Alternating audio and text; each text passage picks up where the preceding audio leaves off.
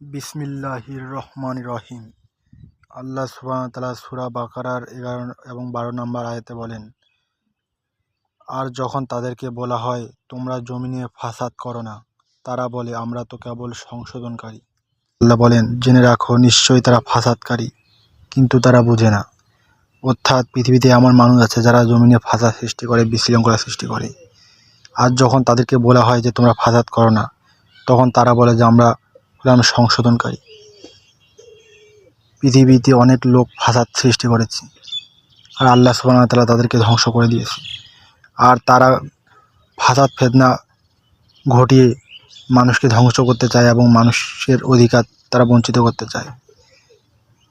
আল্লাহ সুবহানাহু ওয়া তাআলা তাই ফাসাদ সৃষ্টিকারীদের উদ্দেশ্যে বললেন যে যখন তারা জমিনে ফাসাদ করে, আর যখন তাদেরকে বলা হয় যে তোমরা ফাসাদ করো না, তখন তারা বলে আমরা সংশোধনকারী।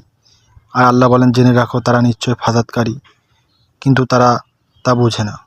অর্থাৎ আল্লাহ কিছু মানুষের অন্তরে মোহর লাগিয়ে দিয়েছিলেন, ফলে তারা দেখে না, তারা শোনে না, তাদের অন্তর কল্পনা করে না, তাই তারা এসব কাজ করে থাকে। আর আল্লাহ সুবহানাহু ওয়া তাআলা সীমা লঙ্ঘনকারী এবং জালিম কোনো শাসককে রেহাই দেন না। আল্লাহ মানুষকে সাথ দেন, কিন্তু ছেড়ে দেন না। আল্লাহ ফিরআউনকে সাথ দিয়েছিলেন, ছেড়ে দেননি। নমরুদকে সাথ দিয়েছেন, ছেড়ে দেননি। বর্তমানে যারা জালিম, যারা জুলুম করতেছে, আল্লাহ সুবহানাহু ওয়া তাআলা তাদেরকে একটি নির্দিষ্ট সময় দিয়েছেন, যাতে তারা বলতে না পারে যে আল্লাহ আপনি আমাকে সময় দেননি।